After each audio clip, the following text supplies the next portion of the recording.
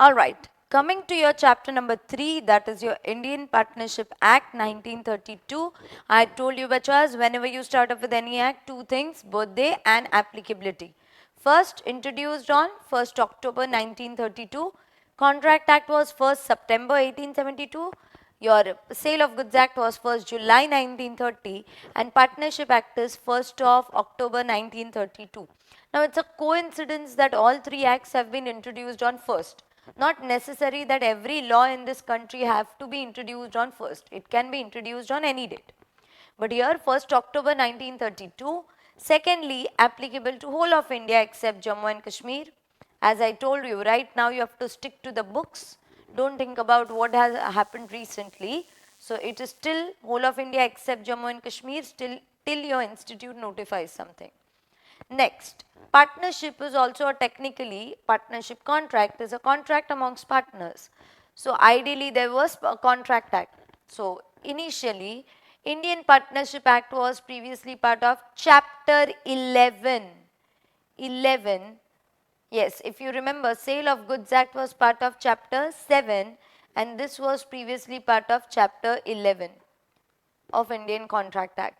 But in partnership, yes, if you have any partnership contract, first you have to apply Partnership Act. Only if Partnership Act is silent, you will have to apply the rules of Indian Contract Act. Same as your Sale of Goods Act introduction.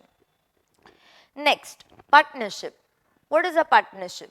You have studied this in 12th standard. It's a relation between two or more persons agreeing to share profits of the business carried on by all or anyone acting for all. Now, a stupid question, but still I'm asking you. Partnership is dash, agreement, contract, relationship, all of the above. Most of the students answer all of the above. Answer is no, it's a relationship. If you notice, it's a relation between the partners. A, B, C agree, let's do business. Whatever money profits we get, we'll share it in the ratio of 1:1:1. The relationship which they share is known as partnership. Let's say all three are participating in the business, chalega? Yes. Let's say only A is participating on behalf of all, that is A is an active partner, he is an active partner. तो भी चलेगा. That means it can be carried on by all or any one acting for all, that is also allowed. Now I'll tell you a simple example, but before that, who are partners? Partners are these people who enter into this relationship of partnership. I'll tell you that example which I was mentioning, that if I take an example of Jay and Viru, the relationship which they share is friendship, right?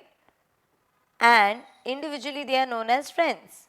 Similarly, if A and B are partners, the relationship which they share is partnership and individually they are known as partners. Now when I tell you, it sounds very stupid, but it is going to at least help you remember. So partner is a person who enters into partnership. What is firm? Partners are collectively, that is jointly known as firm. So A, B, C, individually they are known as partners and together they are known as firm. Now what are the essential elements of partnership? We had done essential elements of a valid contract. We had done essential elements of a valid contract of sale. Now moving on to essential elements of a valid partnership. First of all, there should be two or more persons. Minimum 2 partners? Yes, minimum 2 partners. Maximum, Partnership Act is silent, but Companies Act tells you it is 50. Now so many students normally ask doubt, ma'am, is it 100 or 50? No. As of now, latest it is 50. So minimum 2, maximum 50. There is no bifurcation of banking, non-banking, nothing. It is simply minimum 2, maximum 50, but maximum limit is given in Companies Act. Now let's say A and B partners, A dies. What will happen? It will not directly become a sole proprietorship, it will just cease to be partnership. It will just stop to be a partnership. B can start a sole proprietor if he wants to, but automatically on A's death, it will not become sole proprietorship.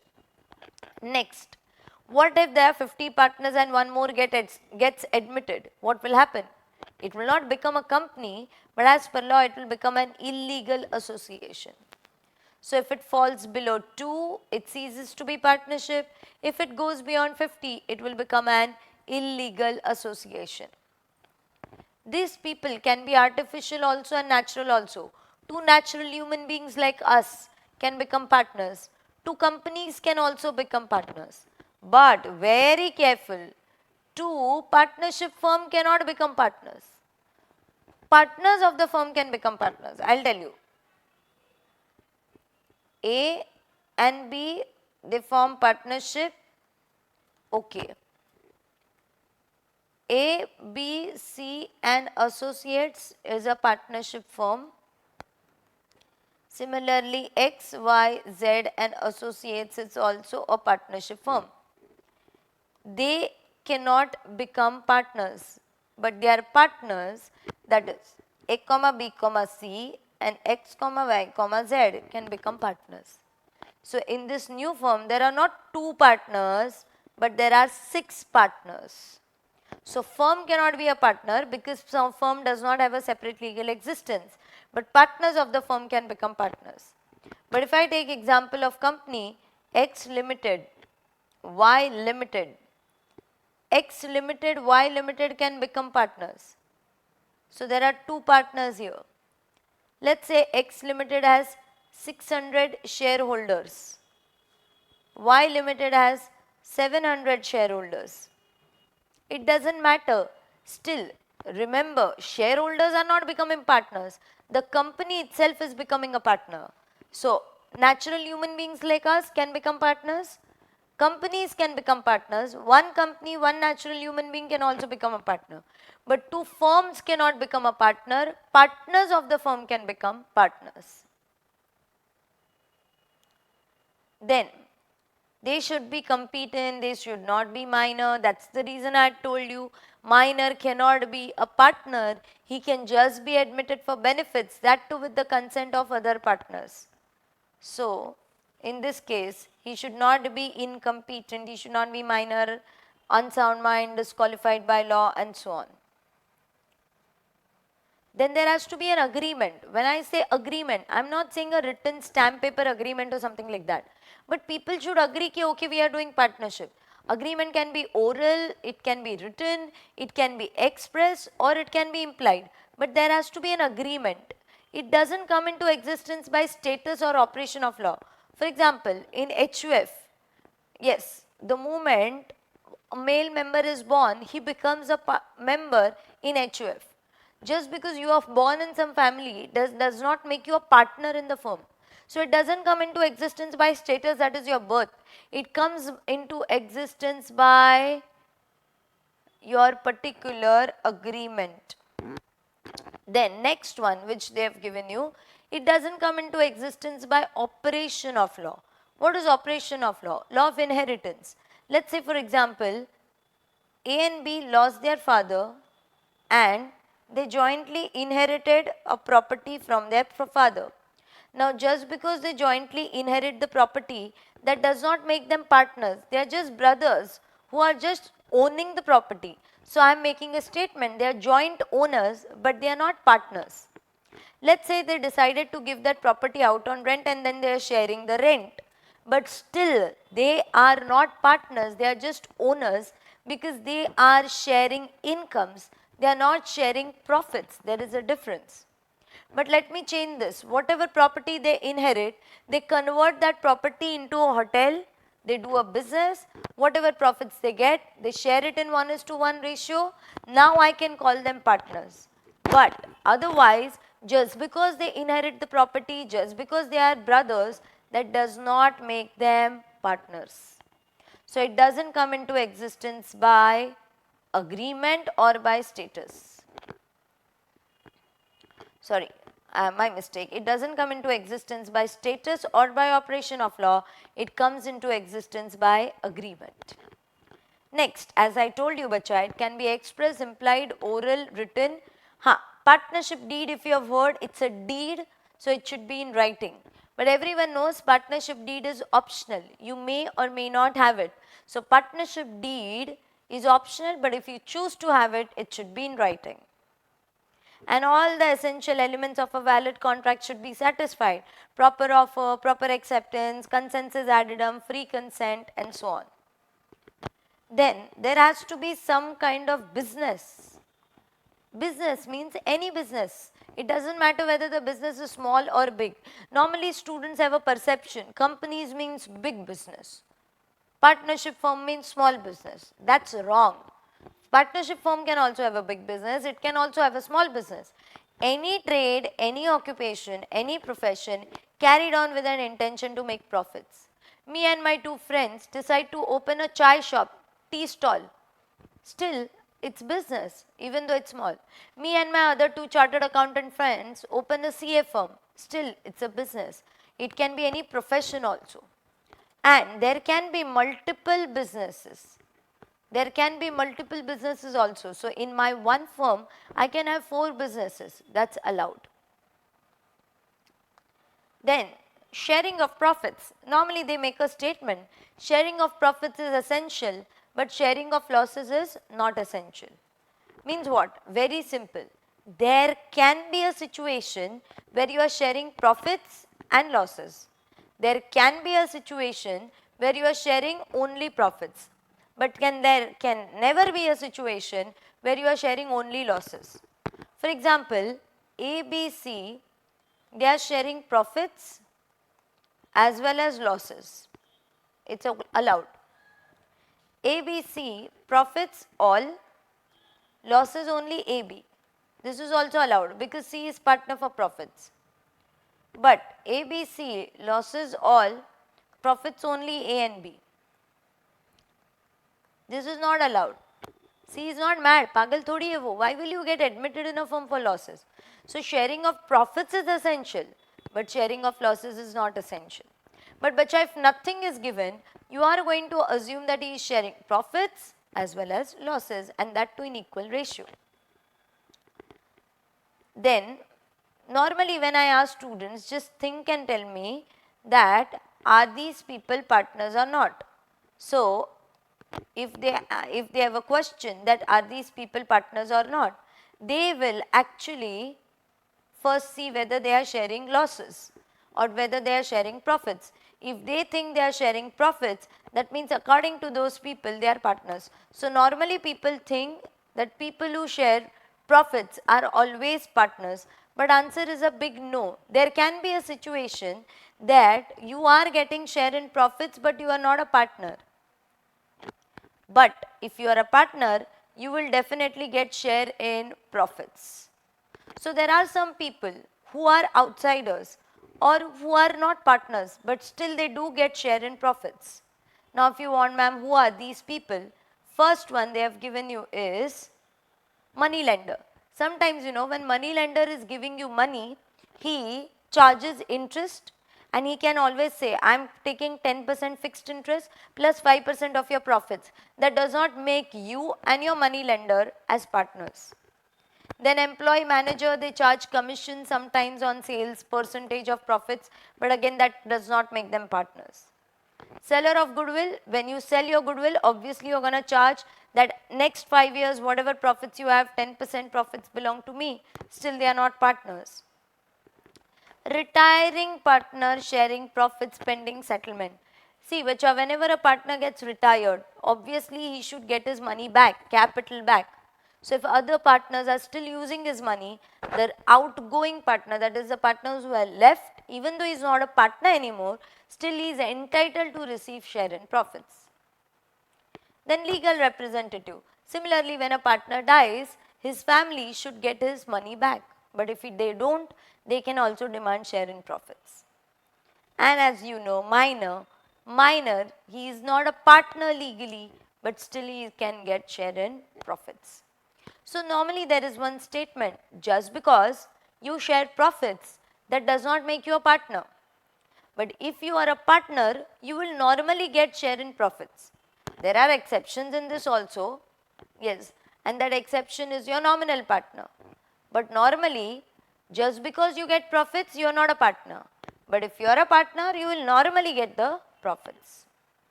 And the most essential element, the crucial element, that it is a true test of partnership and so on and on and on. It's mutual agency.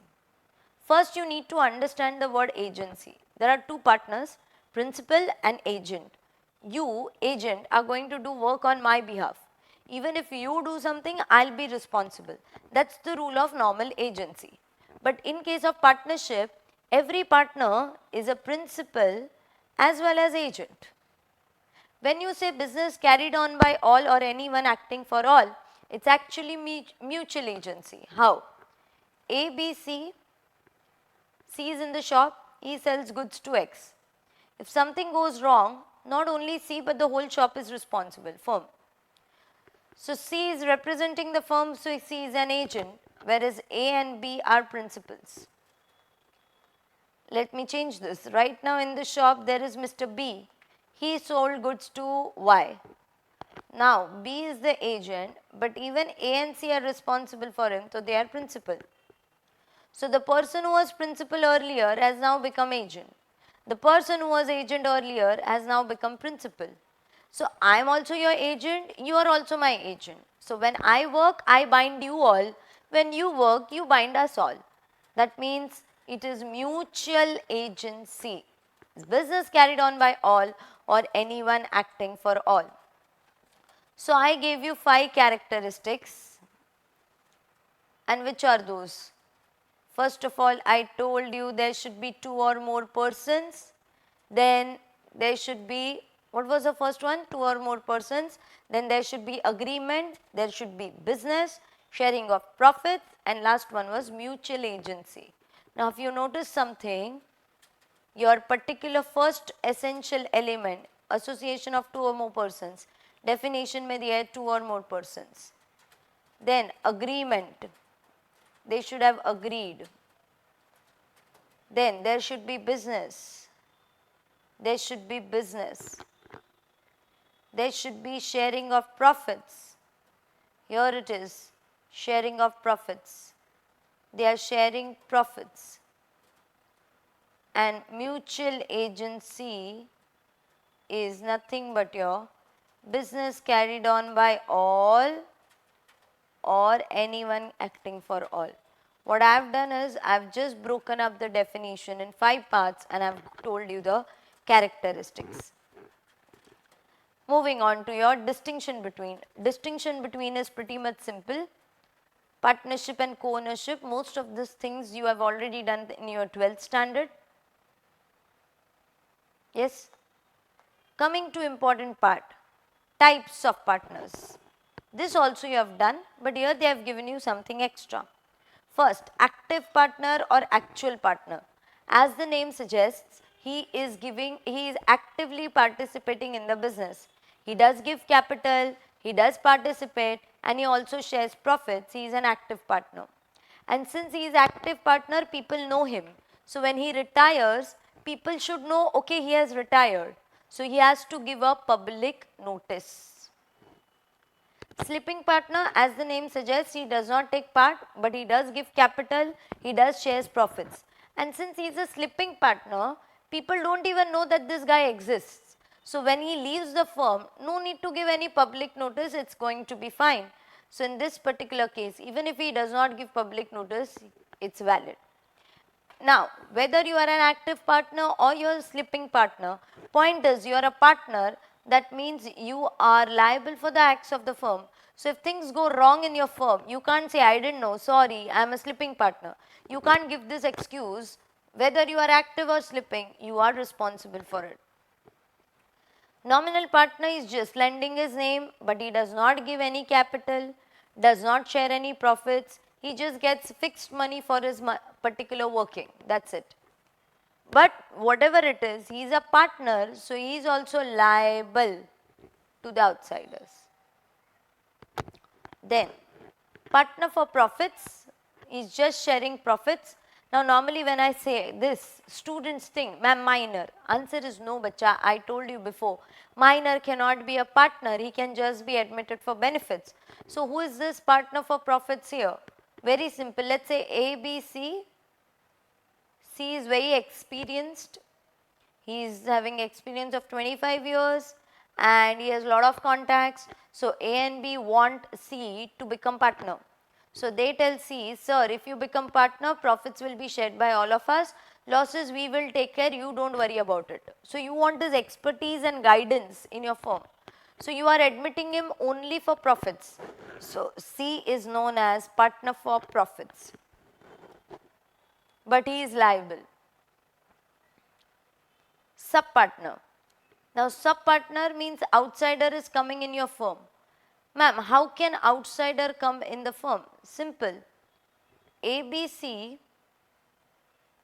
let's say profit is, I will write it in the blank page only so that it will be very simple for you. A comma B comma C, profits of the firm 9,000. If I say 1/3, 1/3, 1/3, it will be 3,000, 3,000, 3,000.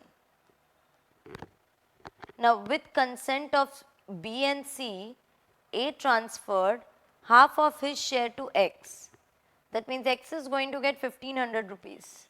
But X has no contract with B and C or the firm. His contract is only with A.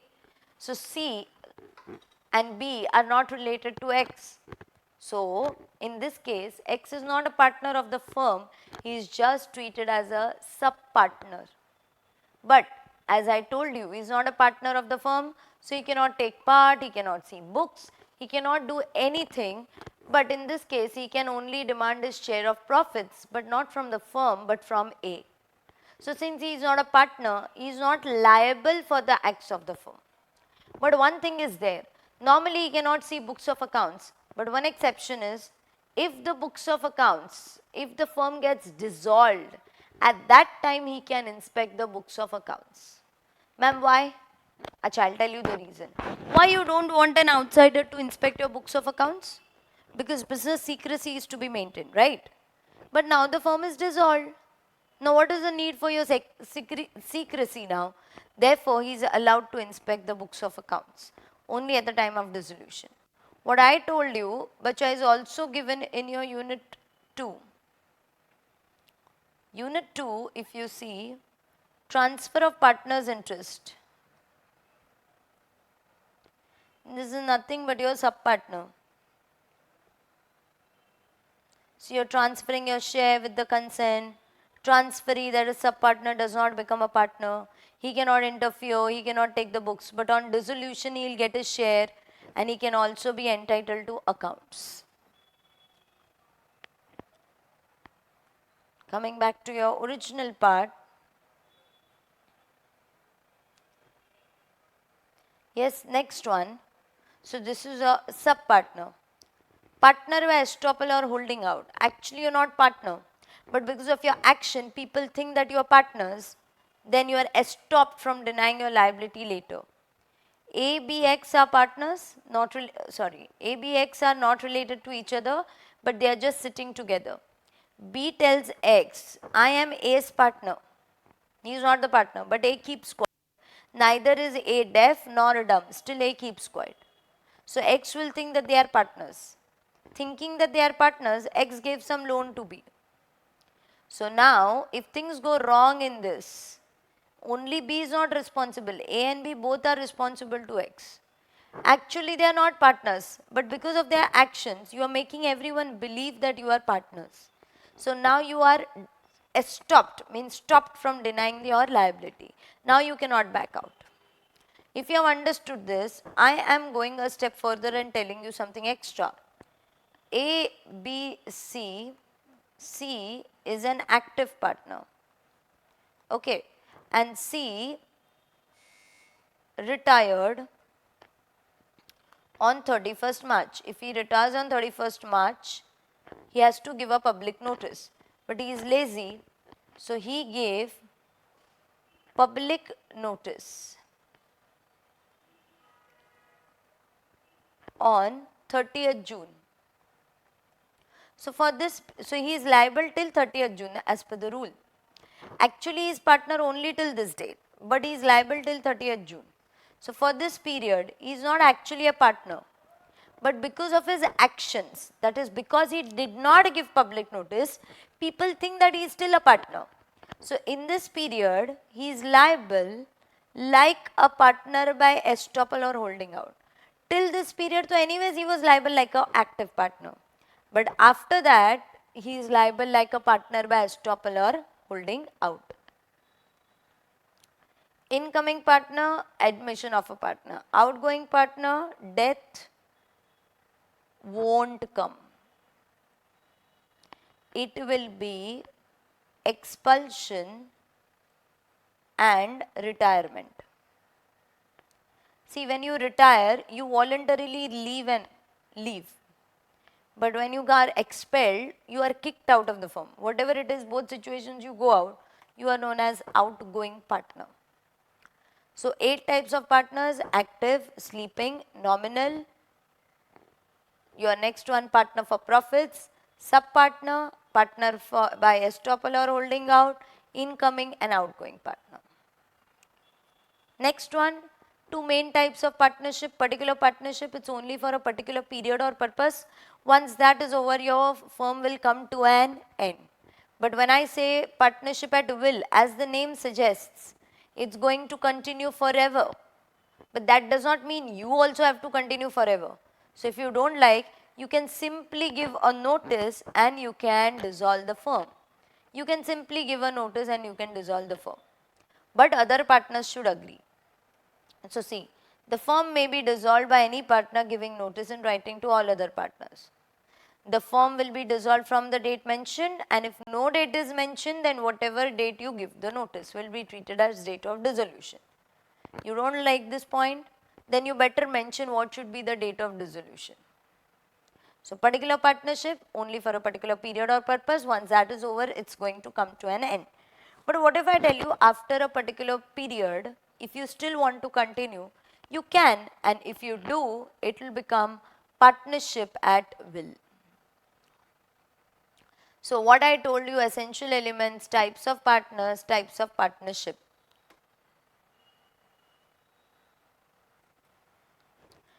Okay, the next part, registration of partnership firm.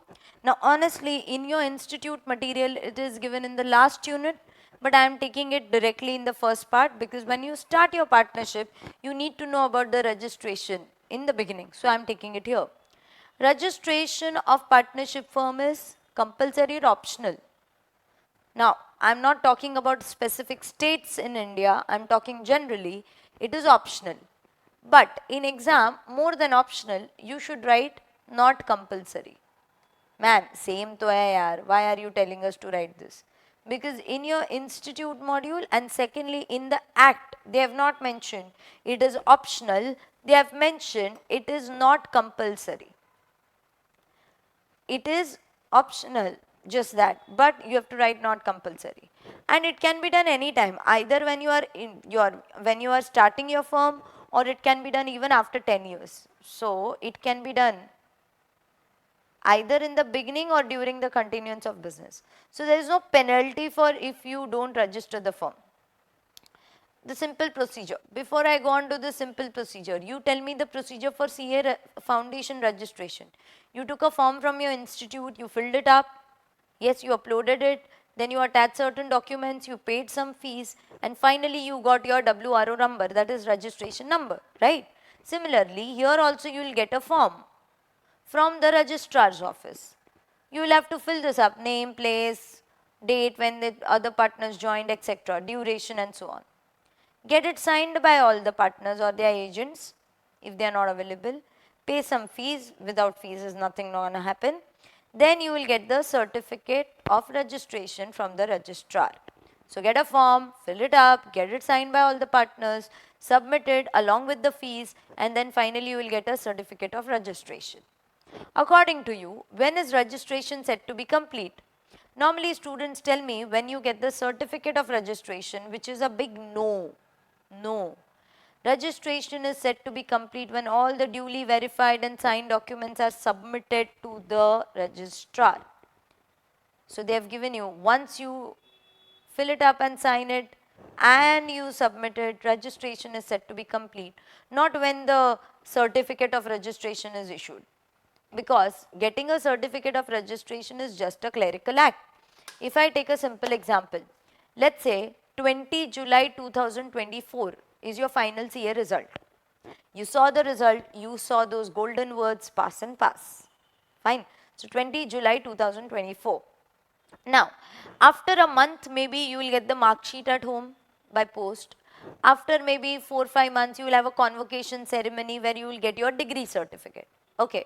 So 20 July 2024, your results came. After a month, you got your mark sheet. And after 4 or 5 months, you got your membership certificate. My question to you, when did you become CA? 20 July 2024, exactly. Getting the mark sheet, getting the certificate of membership is just a formality. When you see the result, it is complete. You are a chartered accountant. Similarly, once the particular verified means everything is perfect, there is no mistake in your form, perfect, everything is submitted, registration is done. Getting the certificate of registration is just a formality. What I have done is I have linked the whole thing to something which is very close to your heart. That is your CA course. So I hope you don't forget this. Next, what will happen if you don't register? Partners cannot sue each other. You cannot sue third party, but third party can sue you. And you cannot claim set off over rupees at 100.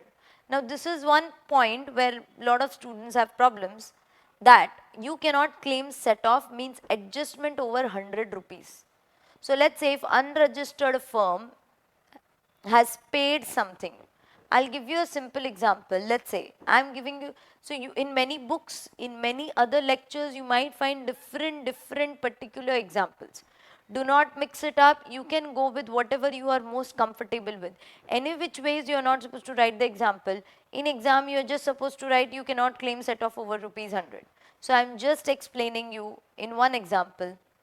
Let's say X has sold goods to A, B, C and company, a firm which is unregistered, and firm was supposed to pay 1 lakh, out of which firm paid 10,000 rupees. And now you are left with, it looks 16, yes, now you are left with more 90,000. For 90,000 firm defaults. X can sue the firm, X sued the firm. When X sued the firm, you will say now firm will have to pay 90,000. What you did is you set off 10,000 rupees which was already paid, which you are right. But since it's an unregistered firm, you cannot claim set off over rupees 100. 100 rupees के ऊपर adjust ही नहीं कर सकते because that's a disadvantage of being an unregistered firm. So they will have to pay full money back except 100 rupees. So you cannot claim set off rupees 100. कोई बोलेगा ma'am 100, don't forget 1932 Act, then they have not amended it, so I have to I still have to stick to the old law.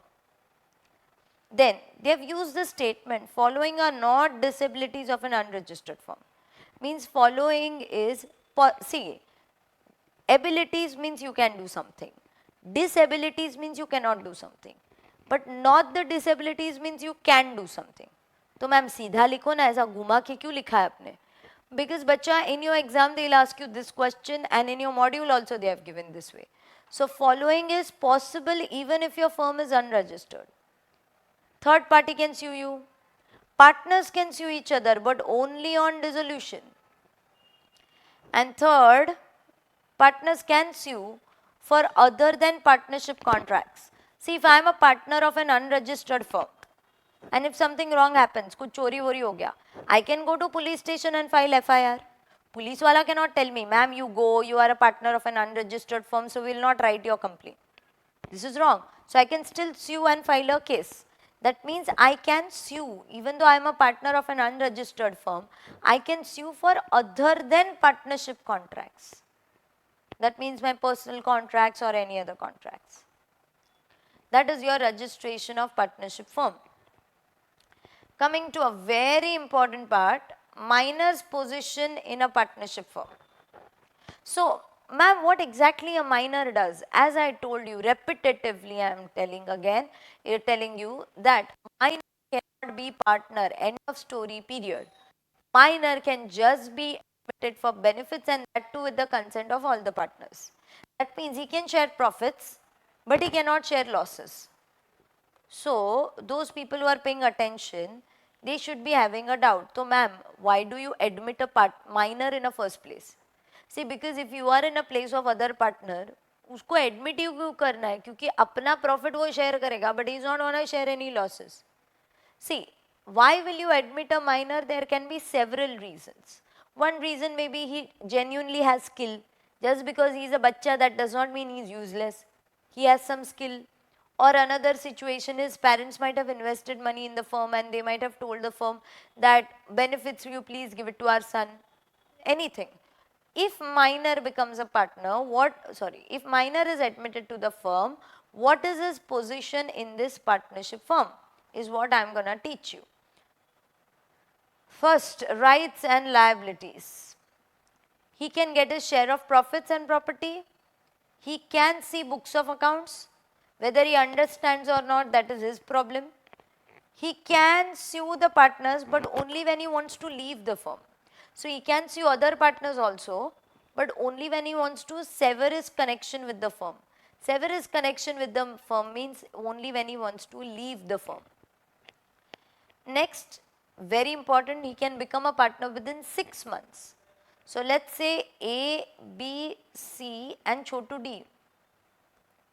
Chotu D was admitted in the firm when he was 15. After 18, the moment his 18th birthday comes, he becomes major. Law has given him 6 months, beta, you decide what you want to do. You want to become a partner or you don't want to become a partner. If you want to become a partner, don't do anything. If you don't want to become a partner, then in this case, you have to give a public notice. It's ulta. You don't want to become a partner, you don't do anything, just chill. If you don't want to, in this case, if you don't want to become a partner, you have to give a public notice. So 6 months, within 6 months, or when he actually comes to know that he was admitted for benefits, whichever is later, the 6 months will start. Then, coming to liabilities. Before attaining majority, any which ways, bacha is not liable. So, he does not have any personal liability. But it is only to the extent of his share. Second and third point, I will explain you with example. Minor cannot be declared as insolvent. But if a firm is declared as insolvent, his share will vest with official receiver or official assignee. Now, what exactly is this? For example, this A, B, C and Chotu D, this 4 partners, or I can say he was admitted for benefits. Now, in this particular case, the firm gets insolvent. The firm is declared as insolvent. So, official receivers started selling off the assets of the firm which are coming to 40 lakhs. Let us say liabilities are coming to 55 lakhs. That is the reason it is insolvent. So, negative 15 lakhs. Who will bring 15 lakhs? A, B, C will bring 5 lakhs each. So, you will not tell bachcha to bring anything from home, right? But 40 lakhs assets belong to the whole firm, means it technically belongs to all 4 of these. Matlab in this 40 lakhs, even a minor has a share. In this 40 lakhs, even a minor has a share of 10 lakhs. But when you sell the assets, you don't refund this minor shares to minor, na? मतलब asset बेच के 10 लाख छोटू D को दे दिया, बाकी के 30 में से you are trying to pay off the liability. You don't do like this. So I am making a statement, गौर फरमाइए, you are not making the minor liable. You are not telling him to bring money from home, but at the same time you are not even refunding him his share. So minor is not liable, only his share is liable. So his liability is only to the extent of share. And if firm is declared as insolvent, his share will vest, means it will be kept with the official receiver or official assignee. I hope it's clear. Liabilities. Before attaining majority we saw, after attaining majority. But if he chooses to become a partner, he is definitely liable now. So he becomes personally liable. Very important. Not from the date he agreed to become a partner, but from the beginning that he was liable for all acts of the firm since he was admitted for benefits. So if I take this example, after 18 years, if he agrees to become a partner, he is liable from all the acts from this date. Now, one clarification I would like to make. When I say he's liable, I'm not saying that in this 3 years he is going to share losses or something. No. I'm just saying in this 3 years, if some contracts have happened with the firm, if something goes wrong, he is also responsible in those contracts because he has agreed to become partner. He is not going to bring in any loss, bacha. Don't get confused. I'm just saying he is liable for the acts of the firm from the date he was admitted for benefits. And his share in property will remain same unless you specifically change it. And if he elects not to become a partner, he is not liable for anything, as you know. So we saw rights, liabilities before he became major, after he became major. After he became major, he chooses to become a partner, he doesn't choose to become a partner. They've asked this question in recent exams, so please be careful, it's very, very important. With this, Unit 1 of Partnership Act comes to an end. Moving on to your Unit 2, Relation of Partners. The chunk or the major part is given here. Rights are pretty much simple, bacha. Every partner has a right to take part in the business, but sometimes by an agreement you can stop a partner from using this right. For example, ABC partners, everyone can take part. See, sleeping partner does not take part out of choice.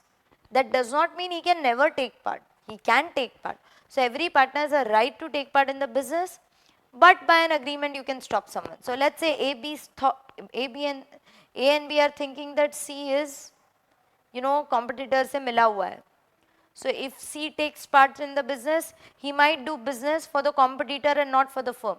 So by an agreement, they might stop C from doing business. But if nothing is given, every partner can do. Every partner has a right to get consulted, that is, give your opinion. But boss, difference of opinion तो बनता है, होता ही है, because nowadays the maximum 50 partners are allowed. So if there is any clash, if there is any difference of opinion, how are you gonna resolve? If the difference of opinion is in case of a fundamental matter, means very important matter, then it will be settled with the consent of all the partners, that is unanimous consent. Unanimous means consent of all. But if it's a petty issue, ordinary issue, then majority. For example, you are thinking whether to change the nature of your business. It's a big thing, so consent of all. You are thinking to admit a minor. Big thing, so consent of all. But let's say you are deciding whether to sell goods to this customer on credit or not. It's a very petty thing in business, so majority. Every partner can have a right to books of accounts, but again this can be stopped by an agreement. Every partner can share profits. No one can stop you from sharing profits. People can stop you from sharing losses, but no one can stop you from sharing profits.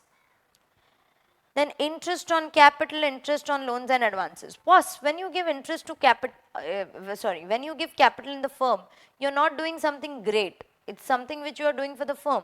So by default, you don't deserve any interest. But still, if you want, you can get it, but only if the agreement specifies and only if there are profits. But when you give loan to your firm, it's something extra which you are doing. So here, whether the agreement specifies or not, you will give this at the rate of 6% per annum, whether there are profits or losses. Next, you have a right to indemnity. Simple words, indemnity means protection. You have a right to get protected. See, if I am a partner in a firm and if I spend something from my personal pocket, I can claim it back from the firm. So whether those expenses are in my normal course of business or those expenses are in my particular emergency, I can claim that from the firm. So I can have a right to recover expenses. I can use firm's property for firm's business. Here the property means asset and not ownership. It's only for sale of goods act. Then if admission is happening of a new partner, you have a right to get consulted, right to retire, right not to be expelled by majority. Sometimes majority of the partners, they come together and they kick out an innocent partner, which is not allowed. Right to claim remuneration, salary. Yeah, but then law says by default you don't deserve it because you are working for your own firm. Still, if you want it, it should be mentioned in the agreement. And then you have a right to dissolve the firm if you want. So these are the rights. Duties are more simpler. Nothing in this duty. You have to exercise good faith.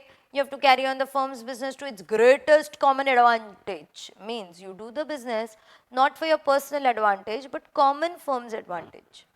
Firm ke bhale ke liye. Give proper accounts, give full information. If it's your duty to get, if it's your right to get protected, it's your duty to protect.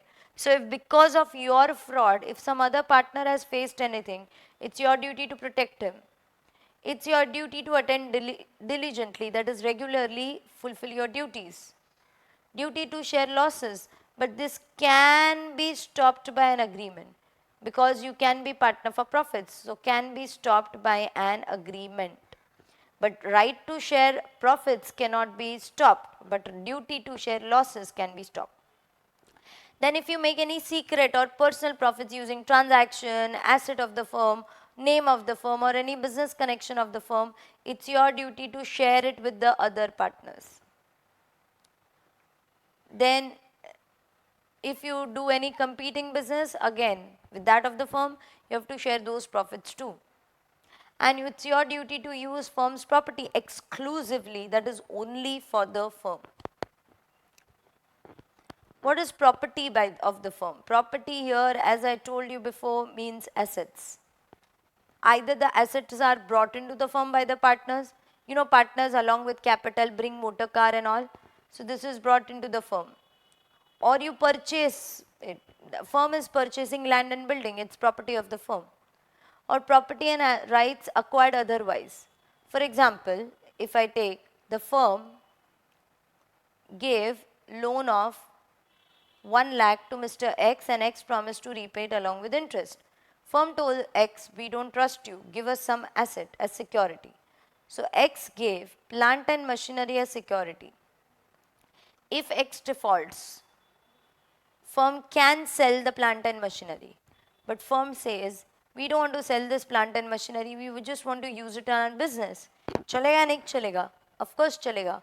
So this plant and machinery is not brought by the partners.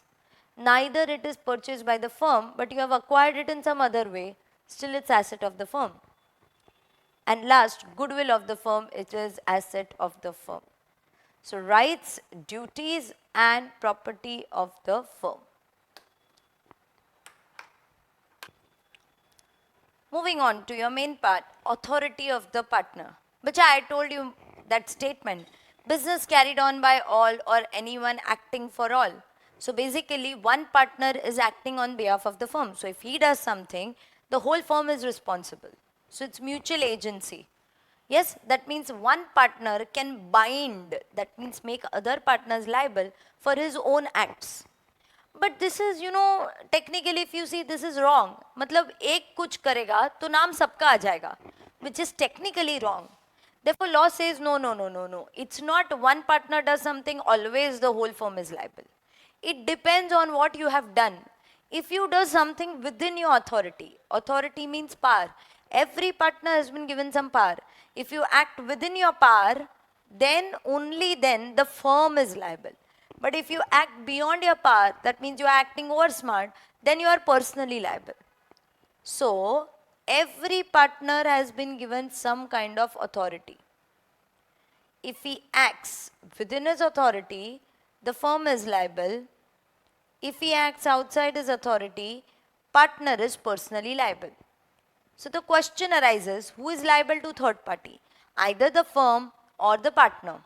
It depends on what you do. If you do something within authority, firm, you do something beyond authority, partner.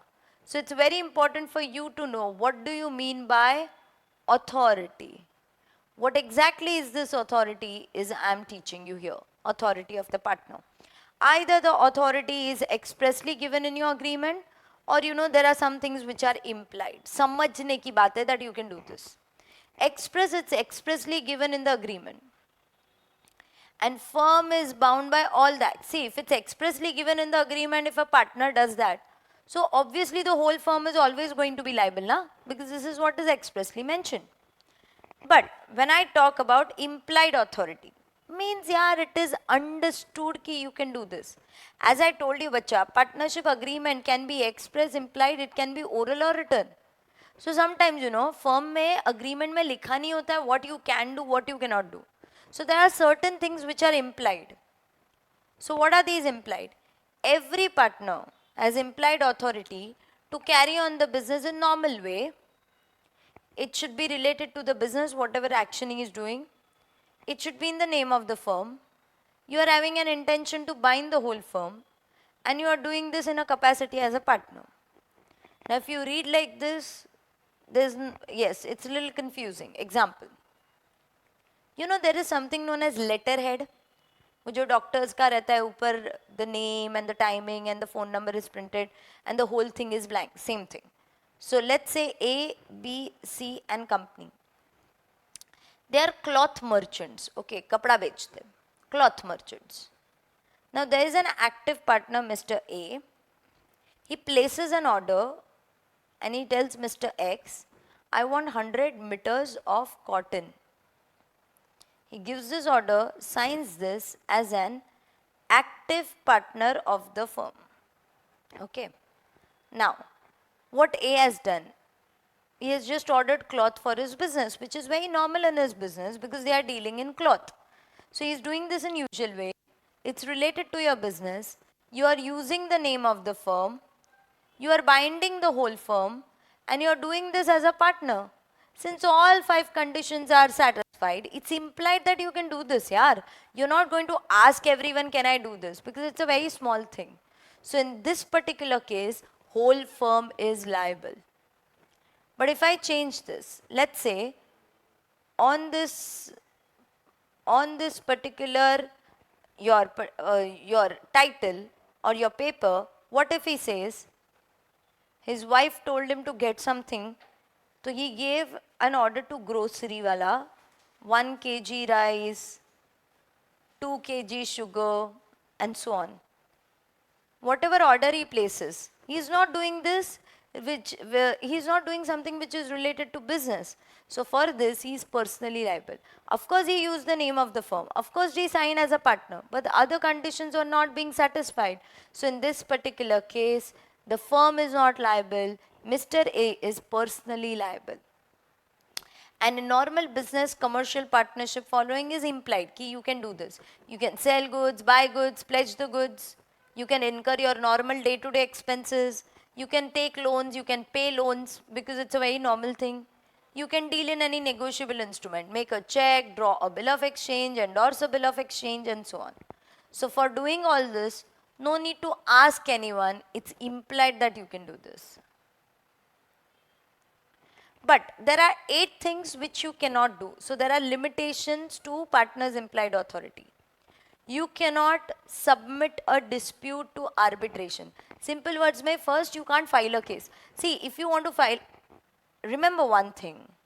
All these things were very small. That's the reason you can directly do it. But when I say you can't do it directly, means these things are very big for the firm. So you have to take consent of all the partners. Now what are these things? First, file a case.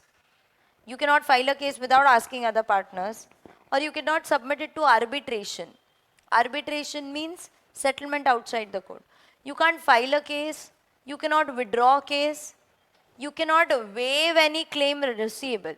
For example, if your firm has filed a case against a customer X and the firm demands 1 lakh as compensation and X says I'll pay only 10,000. So a partner cannot simply go to X and say, you do one thing sir, you pay 10,000 only, 90,000 maaf kiya. We waived 90,000.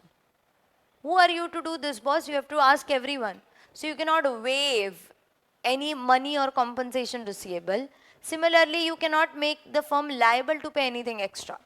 For example, customer Y filed a case against the firm. And in this particular case, Y is demanding 1 lakh compensation and the firm is saying we'll pay only 40,000. So a partner of the firm goes to Y and says, don't worry sir, we'll not pay 40,000, we'll pay full 1 lakh. Who are you to make the firm liable to pay extra 60,000, boss? Just as you cannot waive any particular compensation receivable, you cannot admit any extra liability. You cannot sell any immovable asset, you cannot buy any immovable asset. You cannot open a bank account in your own name. but for the firm. So if it is for the firm now, you should open it in the firm name. खुद के नाम पे bank account क्यों खोल रहा है? That you can't do. And you cannot enter into partnership on behalf of the firm. But remember this in pairs. You cannot file a suit, you cannot withdraw a suit. You cannot make the firm liable, you cannot waive any compensation receivable. You cannot sell any immovable asset, you cannot buy any immovable asset.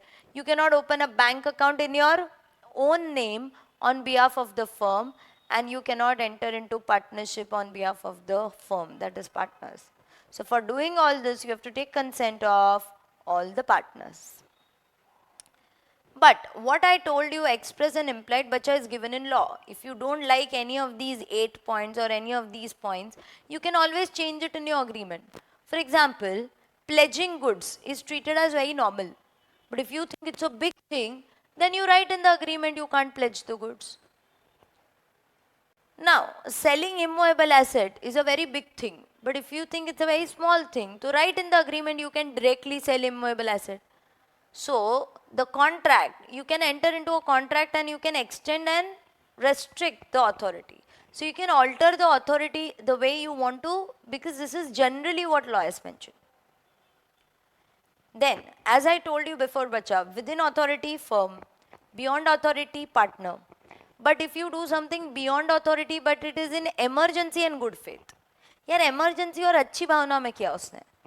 Even though it is beyond authority, the firm is liable. Then, the admission, this statement students have got confused.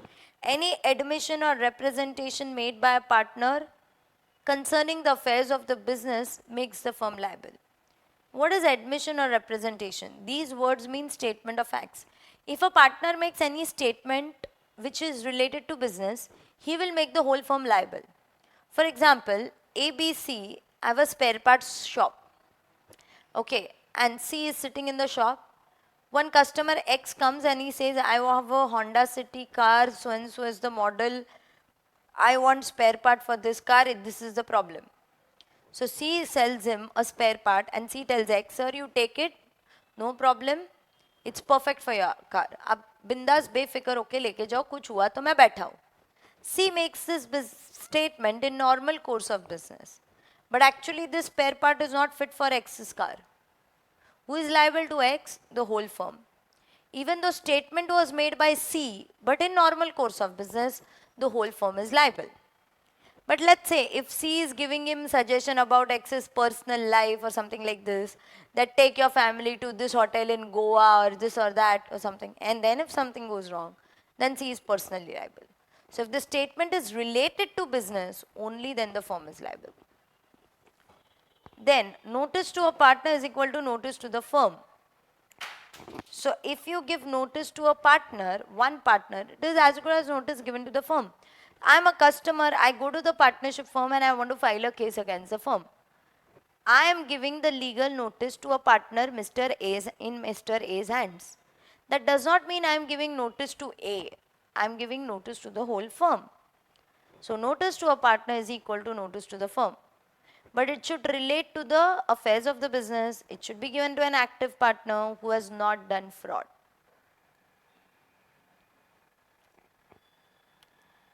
Now, the chart here. You know, in your module, again, it's given in a very big, lengthy way. In your textbook also. But then, this chart is enough for your last day revision. Now, what is this chart? Before I go on to the chart, let me tell you one thing. Let's say, every partner has been given authority. Yes? He acts within authority. Firm is liable. Acts beyond authority, partner is liable. He acts beyond authority and other partners have ratified, means approved it. Even though he has acted beyond authority, but partners have approved it. Again, the firm is liable. Even if he does fraud within authority, firm is liable. And fraud beyond authority, the partner is going to be liable. Now those who are wondering what just happened, I will repeat this. Within authority, firm is liable. Beyond authority, partner is personally liable. beyond authority and partners have approved it, firm is liable. If a partner does fraud within his authority, whole firm is liable. कोई बोलेगा ma'am 1% does fraud, why will other partners suffer? See, other partners can personally recover their damages from that partner. But in front of third parties, all of you as a firm are liable. So if fraud is done within authority, firm is liable. Fraud is done beyond authority, then partner is liable. If you have understood this concept, this chart is over. Who is liable to third party? Firm or partner? Let's see contractual liability. This is your day-to-day contracts ka liability. So your normal acts of the firm is liable. That is partners भी liable है jointly and severally. And firm is always liable for all the acts of the partner which are within their authority. Then liability of wrongful acts. Wrongful acts, fraud. They have also used one word, tort, means wrongful act. If it is within his authority, firm. Beyond authority and ratified, firm. Beyond authority, partner. And lastly, liability for misapplication of money or property. See, money is received by a partner and misapplied by the partner. If a partner is receiving money within authority, for example, I am a partner and I had an authority to collect cash from my customers. So if I am collecting cash from my customers, it's my duty to account for it, right? But what I did is, I collected cash from my customer and I misused it. I put it in my own pocket. So other partners cannot demand cash again from the customer. Customer will say, boss, आपके partner ने कुछ fraud किया है, मेरे पास क्यों आ रहे हो? So partner receives money and he misappropriates it. Still in front of third party, full firm is liable. They can individually recover money from me, but in front of third party, the whole firm is liable. Similarly, if money is received by the firm, let's say the check, customer gives a check in the name of the firm, and I am a partner, I deposit the check in the bank, जो firm के नाम का है. After 2 days, once the check gets cleared, I withdraw money and put it in my pocket. Other partners cannot demand money from the customer again. Again, customer will say that's your problem. So again, the firm is liable. You will say, ma'am, both points are same. Yes, thin line difference. Here, money received by partner within his authority and misappropriated by him. Here, firm received money and partner misappropriated. Both the cases, firm is liable. So this is authority of partner and liability of partner. Reconstitution of firm, that is dissolution of partnership. Now, actually, there are two types of dissolution. You know, normally when I use the term dissolution, normally students think the firm is closed. You are right. But there is something known as dissolution of firm and there is something known as dissolution of partnership. Let's first understand what is dissolution of firm. Business is closed down, everyone is saying bye, assets are sold, liabilities are paid off, your firm comes to an end, which it is known as dissolution of firm. But when I talk about dissolution of partnership, it's a little different. For example, A, B, C partners sharing 1/3, 1/3, 1/3. Let's say a new partner D comes in. So now they will not share 1/3, they will share 1/4, 1/4, 1/4. So the old relationship to share 1/3 comes to an end and a new relationship to share 1/4 comes into existence. This is not dissolution of firm, क्योंकि firm is still there.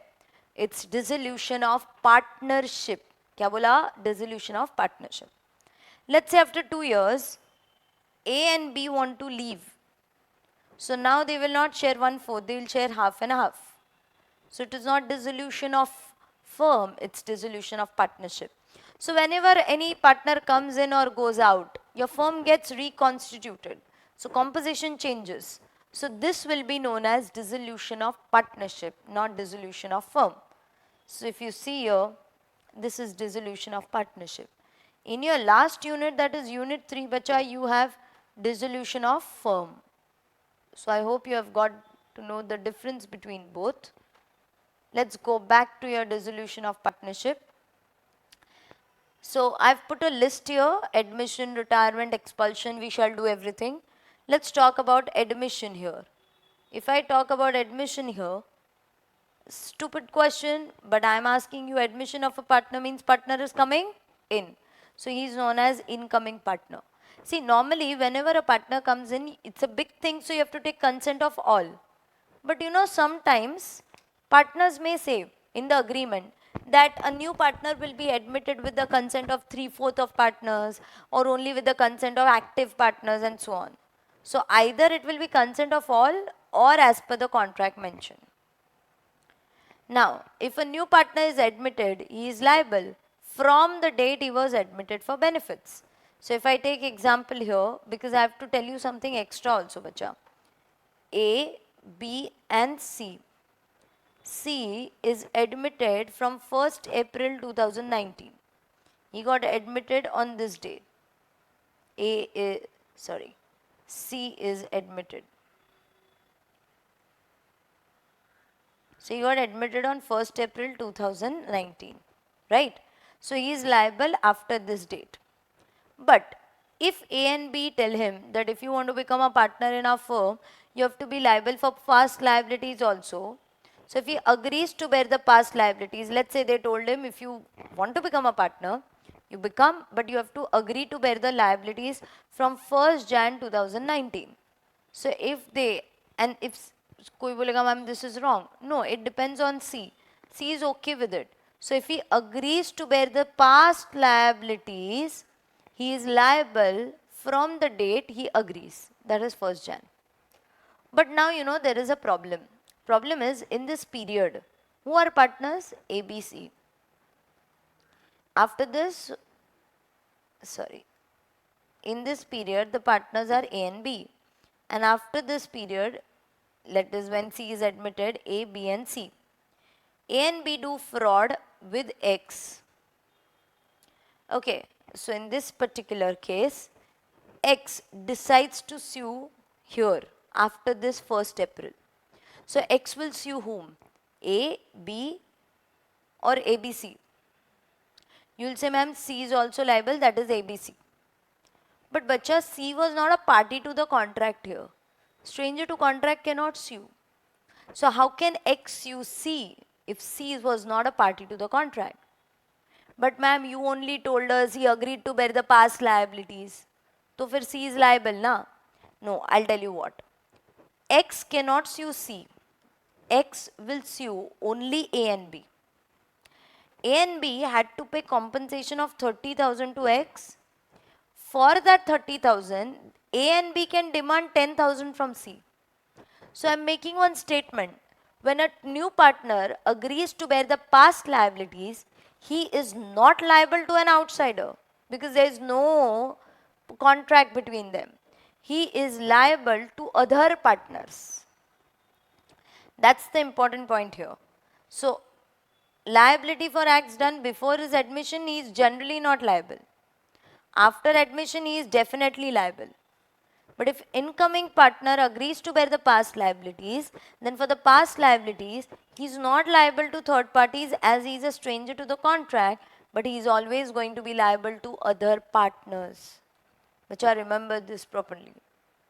Next, retirement of a partner, very simple. Partner going out, he can retire in 3 ways. Either he can take consent of all, A, B, C. C wants to retire, he can say take consent of everyone and he can retire. Or let's say agreement mein likha hai, as soon as a partner attains 65 he will retire. So 65th birthday pe he will retire. Or C can give a notice to A and B that I am going. Now students get confused in first and third. Ma'am, what's the difference? I'll tell you. C gives notice to A and B, I am going, and they are like okay fine. So by notice. Let's say C was the only active partner in this firm working from last 23 years. Now see if C gives notice to A and B that I am going, surely A and B are going to be in trouble. Therefore, A and B tell C, listen C, you want to go, we can't stop you, but give us a time of 1 month. Give us time of 1 month. In 1 month, either we will learn the work or we will find your replacement. So after 1 month, it's like a notice period. So after 1 month when C retires, he retires with the consent of all. That's how. So either by agreement or by just giving notice or by consent of all. And in this particular case, once he retires, he is not liable. But if he is an active partner who retires, he has to give a public notice, otherwise he will continue being liable. That's your retirement of a partner. Moving on to your expulsion of a partner. Partner who is kicked out. See, normally you can't expel someone, but if you want, you have to fulfill this condition.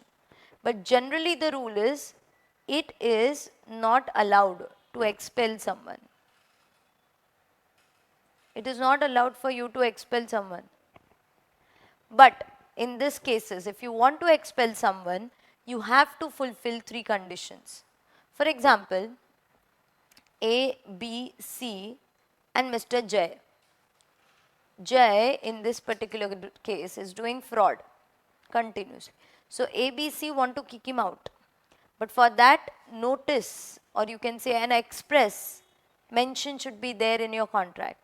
Matlab, in the partnership contract, you have to mention this in advance that listen, if we are not happy with any partner's conduct, we can expel that partner.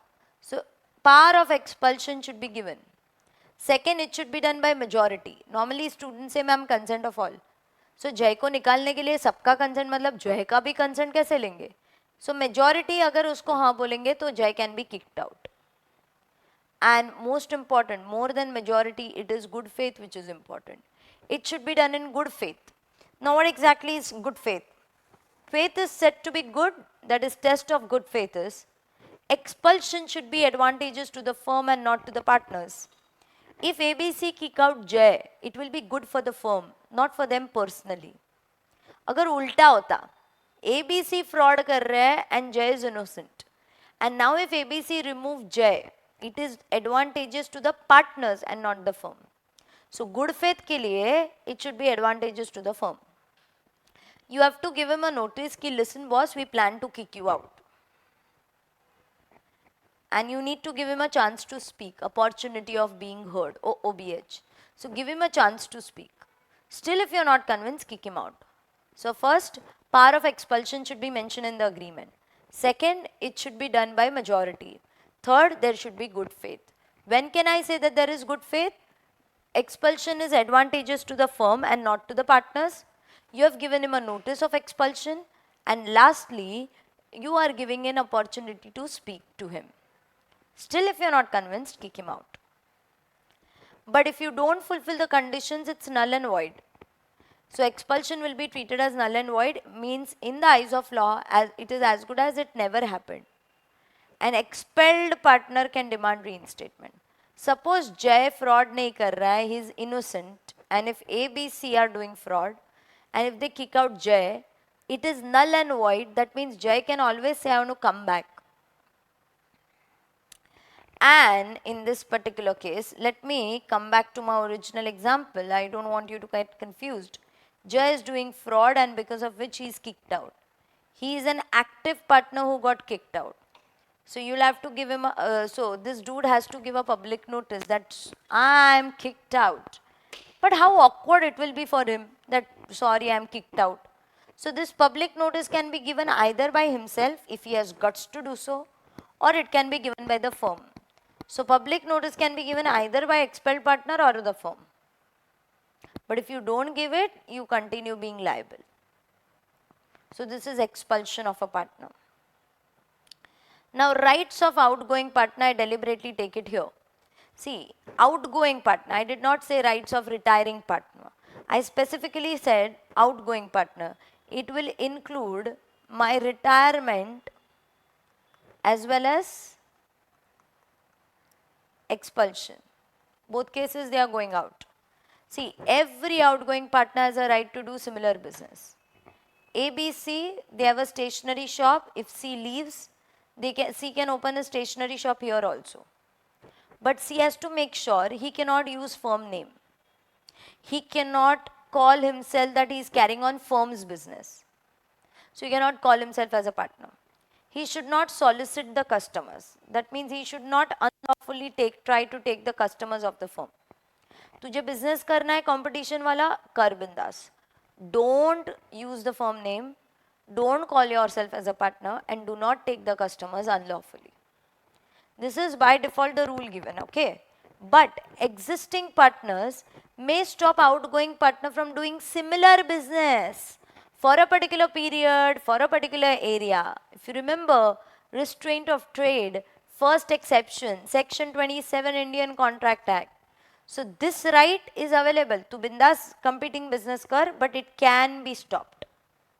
So they have given here a partner may make an agreement with his partners that if he does not remain a partner, he cannot do similar business. But agar kuch nahi diya agreement mein, you can bindas do business. Just make sure you can't do these three things. You can advertise your business, but you can't do these three things. Second, whether you are kicked out or you are going out, settlement of accounts should be done. So you should be getting your capital back. If they don't give you the capital back, second right is you can demand subsequent profits, share of profits. Or if you think it's too risky, you can demand simple interest, fixed interest, 6% per annum. तो settlement नहीं हुआ है, आप चले गए हो, either you demand share in profits or you can demand the interest. Partner is declared as insolvent. By default, bacha, when a partner is declared as insolvent, the firm comes to an end. That is, firm is dissolved. Khatam ho gaya. Unless you choose to continue. So, A, B, C partners में से अगर C insolvent हो गया, the firm comes to an end unless your agreement mentions that A and B will continue. But let's say if they choose to continue, C तो partner नहीं रहेगा. So after his insolvency, firm does something, C is not liable. C does something, firm is not liable. Tu kaun, main kaun situation. So partner declared insolvent ceases, stops to be a partner. The firm is dissolved unless there is a contract to the contrary. Means unless your contract specifies something else. His estate is not liable for any acts after his insolvency. Neither is firm liable for his acts. तेरे लिए मैं liable नहीं हूँ, मेरे लिए तू liable नहीं है. Same case for death also. Just as insolvency of a partner leads to dissolution of the firm, similarly death of a partner leads to dissolution of the firm.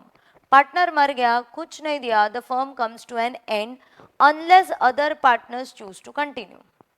But if others are continuing, after this dude's death, if they do something, he is not liable, neither his assets are liable. So firm is automatically dissolved, however, partners may change it in the agreement.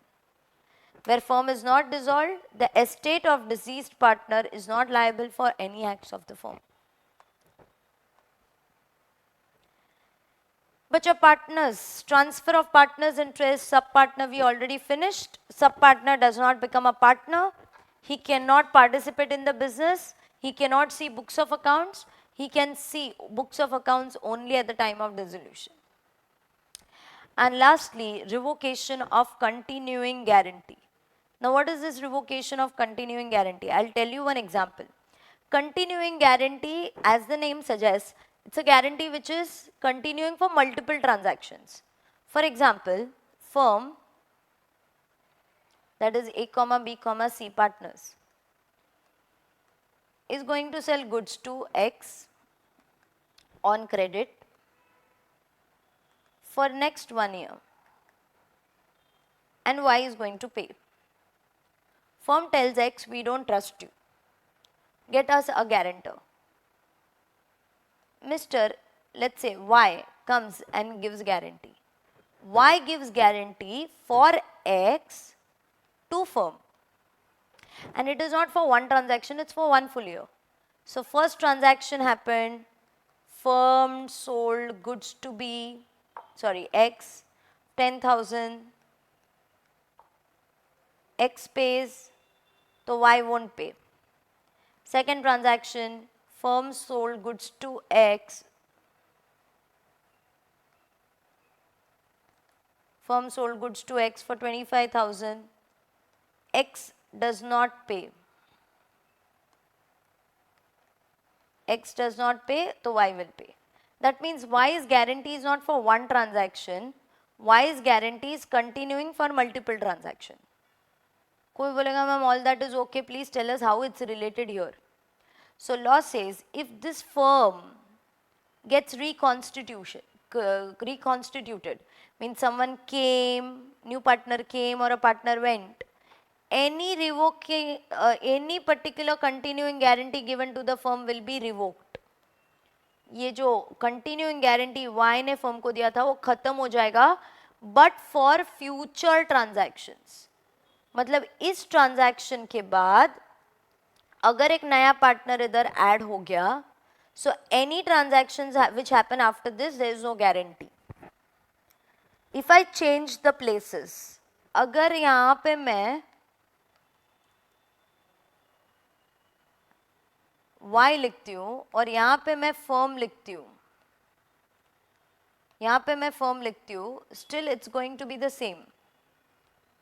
So previously you had given continuing guarantee to the firm and now in my example firm is giving continuing guarantee.